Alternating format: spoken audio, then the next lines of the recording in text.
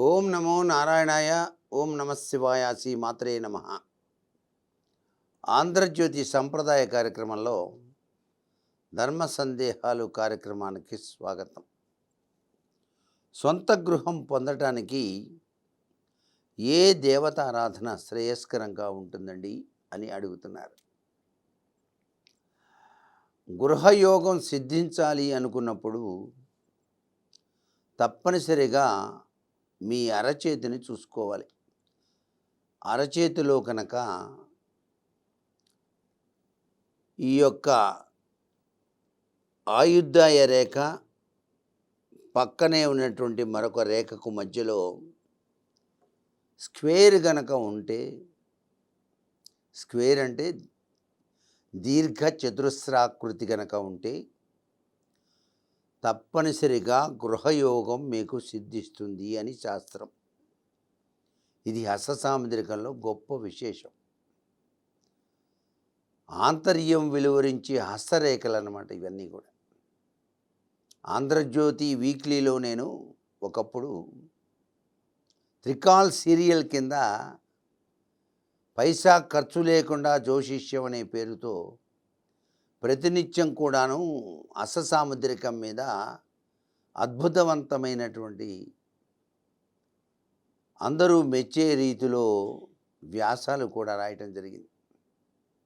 దానిలో సొంత గృహం కలగాలి అంటే ఏం చెయ్యాలి అడిగినప్పుడు హస్తరేఖల్ని చూపించి ఈ రేఖ మీకుంటే సొంత గృహం వచ్చి తీరుతుందంటే చాలామంది నిజమే సార్ అని టిక్కు పెట్టారు. అంటే ఇంత గొప్ప విశేషం ఉంది దానిలో. ఇక దైవచింతన రీత్యా మీకు గృహయోగం కలగాలి అనుకున్నప్పుడు ఇంటి ఇల్లాలు కార్తీక మాసంలో 30 పున్నముల నోము అనేది ఆచరిస్తే శివానుగ్రహం చేత గృహ నిర్మాణం జరుగుతుంది.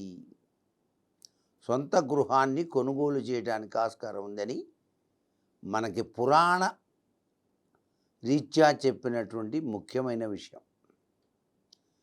ఇప్పుడు హస్తసాముద్రికం చెప్పాను, పురాణం చెప్పాను. ఇంకొకటి, మీకు సులభంగా గృహయోగం సిద్ధించాలంటే జాజి పూల మాలికను ప్రతి సోమవారం కూడాను ఆశుతోషుడైనటువంటి పరమేశ్వరునికి సమర్పిస్తూ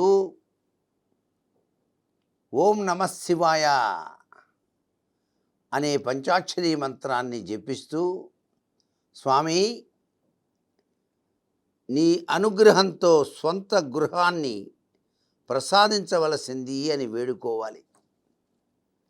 ఇలా గనక 4 సోమవారాలు గనక ఆచరించినట్లయితే కనీసం మీకు గృహయోగం సిద్ధింపజేసే లక్షణాలు కలిగిన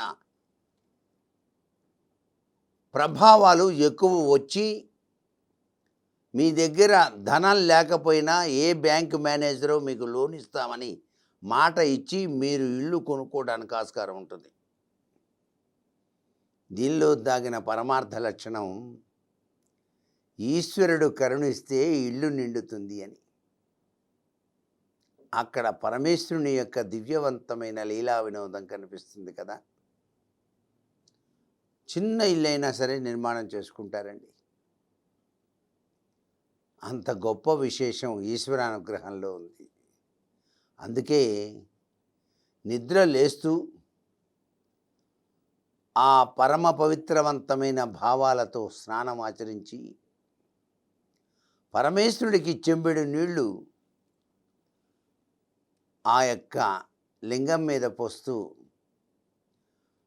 ఓం నమః శివాయ అనుకున్నా చాలు.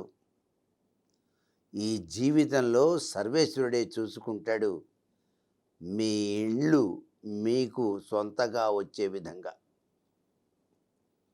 ఇంత గొప్ప విశేషకరమైన ప్రభావాలు ఉన్నాయి. అంతేకాకుండా గృహం కట్టి తీరాలి అనే సంకల్పం ఉన్నా అది సంవత్సరాలు గడుస్తున్నా కూడా నెరవేరకపోతే ఒక్కోసారి డబ్బులు చేతిలో ఉన్నా కూడా ఇల్లు కట్టలేరు. డబ్బులు చేతిలో లేకపోయినా కూడా గృహయోగం సిద్ధిస్తుంది ఒక్కొక్కసారి. పొలాలు బాగా బ్రహ్మాండంగా ఉంటాయి. రేటు వచ్చినప్పుడు అమ్మలేరు. రేటు తగ్గినప్పుడు అమ్మాలి అన్నా అమ్ముకోలేరు. ఇలాంటి ప్రభావాలన్నీ నిత్య జీవితంలో చాలా జరుగుతూ ఉంటాయి. భూమాత యొక్క దివ్యానుగ్రహం కావాలి. ఇవన్నీ కూడా కావాలంటే భూమాత ఎవరండి? వసుధాదేవి కదూ, భూలక్ష్మీమాత. అందుకని ప్రతినిత్యం కూడాను తులసి మాతకు చెంబెడు నీళ్లు పోసి ప్రదక్షిణం చేయాలి ఇంటి యజమాని. స్నానానంతరం తప్పనిసరిగా ఇంటి యజమాని తులసి కోటకు, తులసి మాతకు చెంబెడు నీళ్లు గనక పోస్తూ తన కోరికను విన్నవించుకుంటే వసుధాదేవి యొక్క దివ్యానుగ్రహంతో సొంత గృహం కల నెరవేరుతుంది.